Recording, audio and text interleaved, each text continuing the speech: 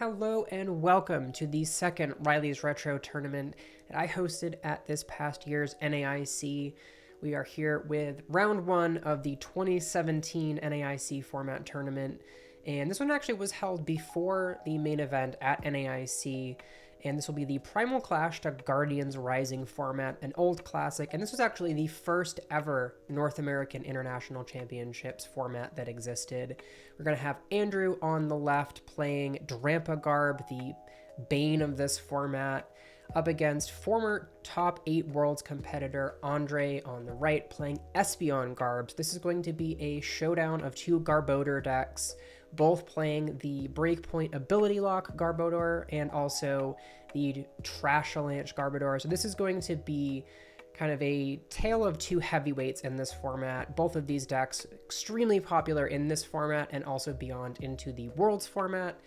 And we are underway, and a Tapu Lele start from Andrew and just an immediate end, so not the best opening turn from Andrew. Definitely wanted to get that turn 1 Bridget to set up some bench Pokemon for them, maybe trying to get some Trubbish down, and a Drampa. That's going to be really important in this matchup, is establishing benched Pokemon as early as you can, and also trying to get energy attachments down for both of these decks, since both of the heavy hitters in that Espeon GX and the Drampa GX require 3 energy to use their most powerful attacks.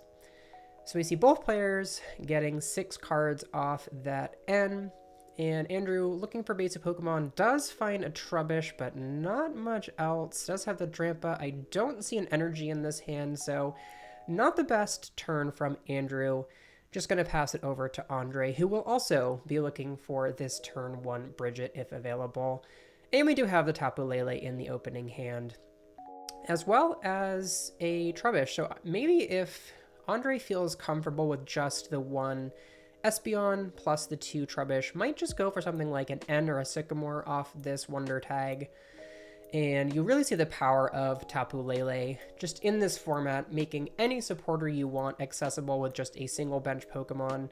And also Tapu Lele is one of the strongest attackers in this format as well, only requiring a double colorless energy to attack, and it does not have any weakness as well, and also doesn't apply weakness, so you don't have any Mewtwo wars back in like we had in 2012 or anything like that. So thankfully it does not hit for weakness, but still a very powerful attacker, 170 HP and the DCE energy drive attack. So Andre is just going to go for that N, looking for a Psychic Energy to use Energy Evolution, which will allow that EV to immediately evolve into an Espeon GX, kind of cheating the evolution roll of the game, but does whiff. So both players' first turns there, no energy from either player, and even with the N and pass on to Andrew's turn, still no energy in this hand. So definitely going to need to find some energy this turn, maybe even find like a Float Stone and go into a Big Wheel. But while Andrew is thinking, just talking about this matchup, so this is kind of a game of chicken, especially from Andre's side of things, where the Espeon GX is a very powerful early game attacker. However, it is weak to Psychic. So if Andre plays too many items and plays into the Trashalanche attack of that Garbodor, we could see a Espeon GX go down fairly early, needing only, I think, 4 items discarded plus a Choice Band will get there with the weakness. So definitely something Andre wants to be very wary of. The pressures are a little bit more on them to actually play around the Trashalanche, being able to set up without playing too many items. And that was really what this format was about, was playing around this Trashalanche as much as you could. And we'll see the DCE come down onto that Lele. So as I mentioned, very strong early game attacker, just very strong attacker in general. And here comes an Ultra Ball for this Breakpoint Garbodor, which will turn off the abilities of all Pokemon in play, as long as there is a Pokemon tool attached to it. And there we see the Choice Band come down. So even though that's not the ideal, like a Float Stone would be, it does still activate that Garbotoxin. So no abilities for Andre, which means that they will need to find both Psychic Energy and an Espeon GX without the access to that Energy Evolution ability. And just an Energy Drive from the Tapu Lele to put 40 damage on the EV. So still not the most ideal setup from either player. André mulling over an Ultra Ball here and thinking about discarding a couple Pokemon, it looks like. It definitely wants to find some kind of attacker this turn. I think there's a Floatstone, Choice Band, and perhaps a Sycamore in hand. I can't quite make out what that third card is, but yeah, just going to play the Ultra Ball. I didn't quite catch how many items were in Andrew's discard pile, and that's going to be a theme of this match and just entirely of this format. You'll see is people constantly checking each other's discard piles between cards like Garbodor with the Trashalanche. We also have Oricorio with the Supernatural Dance, which will allow you to place a damage counter on your opponent's Pokemon for each Pokemon they have in their discard pile. So you have checking all your opponent's Pokemon in their discard pile, also checking how many items they've played. These are going to be key factors in how the matches play out, and you're going to be seeing both players checking each other's discard piles very, very frequently. And André does have a pretty good turn. It was the Sycamore here, so going to be looking for a Psychic Energy, and no Psychic Energy, but we do have the Empty Hand Sycamore. High five. Love to see the sportsmanship. But you don't love to see the Psychic Energy whiff from André. Did find a double Colorless Energy, but committing that Choice Band to the active Espeon means that this Espeon is just kind of stuck here. Could put this energy on something like this Eevee just to kind of get some energy in play, set up for a Psychic on the following turn, but now this Espeon in the active just stuck there. And play passes to Andrew's turn. Does get a Field Blower, so this is going to put even more items into André's discard pile and a Sycamore. André does have, looks like 3 in the discard pile, so definitely want to find a Trubbish here from Andrew to threaten the Trashalanche in future turns. See a bunch of rainbows in hand. Nothing too great in this hand, but the energy attachment is big. A little unfortunate to have to commit a rainbow to the Drampa. You want to save those to activate Berserk by attaching them to other Pokemon. Since Drampa's attack does require you to have damage counters on your benched Pokemon to activate the bonus damage of Berserk. So a little unfortunate to have to commit that to a Drampa, but you just need energy attachments down to your attackers at this point. And does find an Ultra Ball, so going to go ahead and get a Trubbish. And it's kind of funny that both players at this point, especially from André's standpoint, like you've already played enough items, and with that Field Blower from Andrew, there are probably enough items in the discard pile that pretty much everything is going to be getting one shot that has the Psychic weakness on André's side. So now both players are kind of a little bit more free to play items, and you even see Andrew kind of discarding more items a little bit more freely, not in as much danger from the Trashalanche, but kind of the biggest part about this format and these two decks specifically and that Trashalanche is that late game when you're able to do something like end your opponent down with that Garbotoxin in play. They have no abilities, a very low hand size, and then you come in with a 1 prize attacker in that Garbodor and you use Trashalanche to start swinging for massive amounts of damage. That is really kind of how these decks come back in the late game and have their true strength showed off later in the game. So André going to have the VS Seeker, grabbing an N. Card you're going to be seeing a lot in this tournament. This was a card that, as long as it has been legal, was incredibly impactful just in getting set up in the early games and just constantly disrupting your opponent. And we will see this being a very powerful comeback card in the tournament here. And kind of a funny interaction, we saw Andrew Field Blower the Choice Band off of that Espeon in the actives, and now André actually able to play a Floatstone down onto it to get it out of the active, and does find a Psychic Energy, but no Espeon. So here we see the power of that Garbotoxin taking away the ability to get Energy Evolution and get that Espeon from the deck onto the benched Eevee. But we do at least get the Psychic Energy, so André able to put out a little bit of pressure with a Psybeam here. Going to put 30 damage on the Tapu Lele and confuse it. Of course, again, Tapu Lele does not have any weakness, so just going to hit for 30. A little bit of a poke here, and this is a double-edged sword from André. Yes, you get the damage on there, but you also activate Berserk, and I think that's what Andrew is eyeing up here. Committing the double colorless to the Drampa, and now that André poked this Tapu Lele for 30 damage, Once this retreats and goes to the bench, you are now activating that bonus damage of Berserk, bumping it up to 150 with the damage on the bench Lele, plus that Choice Band attach will bring it all the way up to 180. So this Espeon GX on Andre's side of the field is not long for this world.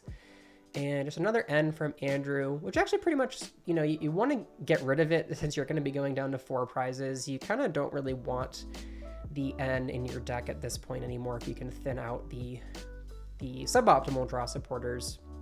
So pretty good turn here from Andrew. And I take the first 2 prize knockout, even gets to find the Floatstone to keep the energy on that bench Tapu Lele to preserve it as an attacker later in the game. And here comes the Berserk. Take the knockout on the Espeon GX and go down to 4 prizes. And we'll see if Andre is able to respond on the following turn. Does at least have this Eevee on the bench with an energy already committed to it. So the potential is here for Andre, but the pressure is really starting to mount. Definitely going to need to find a response this turn if possible. And Andre eyeing up the items in Andrew's discard pile. I see 1, 2, 3, 4, maybe 5. Not sure if I saw many more than that, but a Field Blower here could be pretty big, boosting the damage of a Trash Avalanche. And cards like Choice Band did exist in this format, so you can boost the damage output up even higher. A little bit of an awkward discard from Andre. I saw a lot of energy in this hand. Wish you could have had that earlier if you're both players, really. And Andre going to have to pitch some valuable energies to go get the Espeon GX plus the energy attachment from hand. So we will get the Espeon and an N. So just like I was mentioning before, this is going to be a really, really important comeback card from both players. But now that Andre is kind of on the back foot, needing to play that N to level the playing field a little bit, put Andrew down to a lower hand size, and put out a lot of pressure with this Psychic. And I believe we're already swinging for 150, if I'm not mistaken, with Psychic. So we'll need to find a Choice Band to get a KO here. It is 60 base plus 30 damage, I think, for each energy on your opponent's active. So going to be plus the 90 damage there. So it should be 150, which does actually set up pretty nicely for a future Divide GX. We could see that from this Espeon, which allows you to place 10 damage counters any way you like on your opponent's Pokemon. So that could be a really impactful way for Andre to come back in this game, maybe take a few multiple prize turn, take a multiple prize turn or something like that, a few knockouts at once. And this Espeon actually should be out of range of any attacks from Andrew except for a Trash Avalanche, which would require the Garbodor plus an energy from Andrew. So that's kind of what Andre is hoping not to see this turn. And we're just going to see the Psychic most likely from Andre. Put this Drampa up to 160 damage on it. So getting really close to a knockout, but you see lots of damage in play for Andrew, but still these big threats. Even the energy drive from that Tapu Lele could be really strong just to threaten a 2-shot on this active Espeon. And there's the Psychic energy to the Trubbish.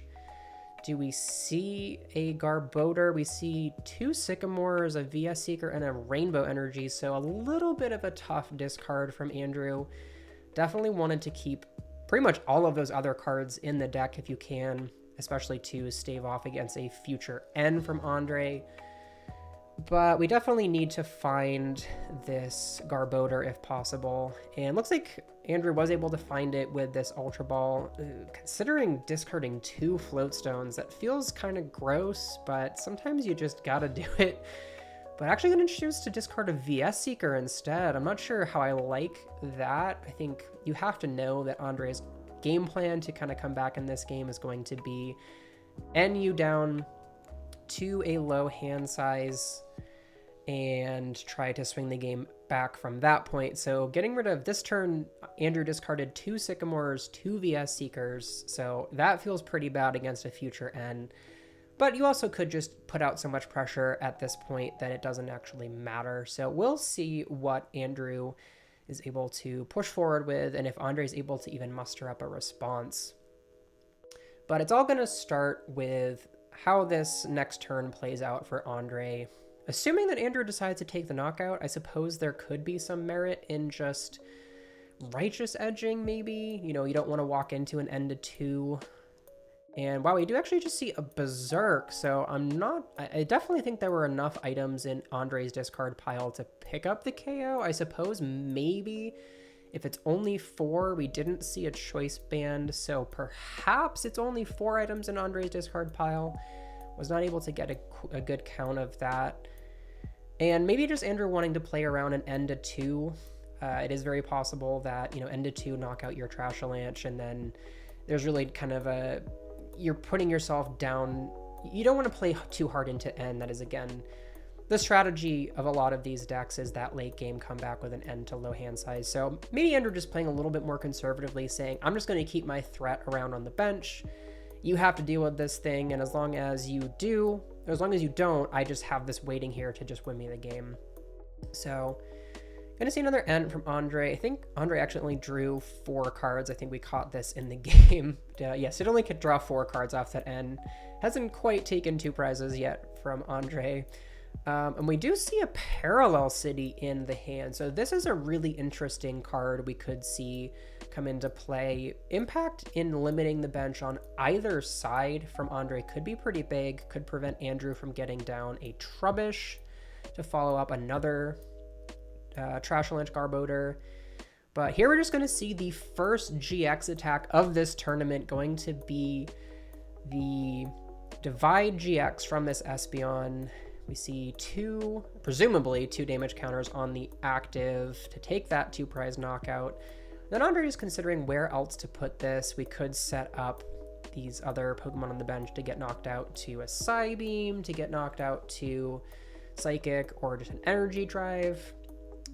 And Andre mulling it over. I think there are 3 damage counters on the benched Garbodor, and then looks like the rest on the Lele. I don't believe that was all. I'm not sure if that was all the damage counters. Interesting. Feel like that might not have been the full amount, but regardless, a big 2 prize knockout there from Andre. I can't quite tell how much is on the bench Garbodor, but the most important thing is you dealt with that Drampa. And again, this is where maybe choosing not to take the knockout on this Espeon from Andrew in the previous turn could come back to bite them.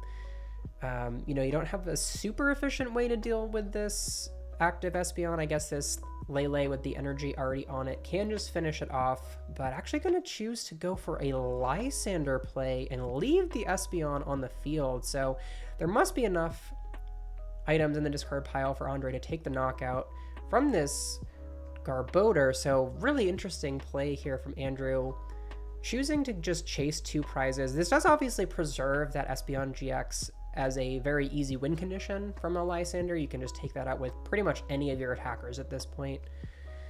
But going to play a little bit aggressively, which kind of counteracts the play earlier. So maybe, I'm not sure how many items were in Andre's discard pile, but it seems like if there were enough to take out the Lele, should have been enough to take out that Espeon with the weakness. But I see a big play here from Andre. We'll see if this is what they choose to go for. We see a Bridget here, and the benefit of this is that it's going to put a 4th, potentially 5th Pokemon in play for Andre, and we saw that Parallel City in hand. And the Parallel City is a really interesting stadium card. You can actually play it in 2 different directions. So you can use, there's a blue side and a red side. The blue side will limit the player's bench that it's pointed toward to 3 Pokemon, and the other side will reduce damage done by, I think it's just fire, water, and grass Pokemon by 20. That part's not going to be relevant here, but the important part is that Andre could actually choose to limit their own bench with this Parallel City, putting the blue side toward themselves, and that would discard this Espeon GX. And, you know, getting this 4th Pokemon off Bridget serves that multiple purpose, and looks like Andre's gonna go for it, denying the 2 prizes, the easy 2 prizes there from Andrew. And if you look at Andre's board, there are no 2 prize Pokemon in play. These are all single prize attackers at this point. And Andre can just say, I'm going to knock out your big threat in this Trashalanche Garbodor, end you down to a low hand size, and say, you can't win the game next turn, and put all the pressure back on Andrew, even though the board state was so far in Andrew's favor. Just a turn ago, you see the power of N, you see the power of these cards like Parallel City, and it does go back to that decision from Andrew to not just take out the Espeon, maybe playing a little bit too conservatively here, and maybe coming back to bite them a little bit. But Andre's still going to need to find a few things. We do still need an attacker this turn. Thankfully, we can at least put this Espeon in play, since taking out the active Garbodor will actually remove the immediate win condition from Andrew, since there are no follow-up Trebushes in play. So this Espeon GX is actually relatively safe on the following turn. It does become a liability, but it also could deny Andrew from taking a knockout in any fashion on the next turn. So a very, very big turn. This was definitely the swing turn in the game so far from Andre. Goes down to 3 prizes. A little unfortunate to have to play that odd prize game, but you are now in a very commanding board state. There are really no free and easy knockouts available from Andrew, having only 2 energy spread out between Pokemon that you don't really want them on at this point of the game. I know that Andrew has played a fair chunk of item cards, and we're going to see some more going to the discard pile with this Ultra Ball. So it is possible that Andre could also just sweep the last 3 prizes with a Trashalanche Garbodor. But it's going to come down to what Andrew can do in response this turn. I think just getting some damage on this Espeon and maybe setting up multiple attackers. Definitely want to get some Trubbish down if you can to threaten that Trashalanche. But as we're looking through Andrew's deck, I'm not seeing any Trubbish in there. I did see a Super Rod in the deck, but not seeing any Trubbish at all. And not sure, maybe there's some prize. I didn't recall if we saw some discarded earlier, but definitely what Andrew was looking for with that Ultra Ball. I think I saw the one Trubbish in there from that Garbodor that just got knocked out the last turn. And we're going to see a Sycamore with this VS Seeker to definitely want to find this Super Rod if you are Andrew to establish a Trubbish and threaten a huge Trashalanche to close out the game in the following turn. So there's a Sycamore. Going to go through the deck, draw 7 cards. I think the big card you want to find if you're Andrew is Super Rod. And you see the dice coming through with my hand there on the board. So this actually was where time was called in this game. So it looks like Andrew is going to be turn 0. Don't think it will matter too much in this game since the knockouts are kind of available there.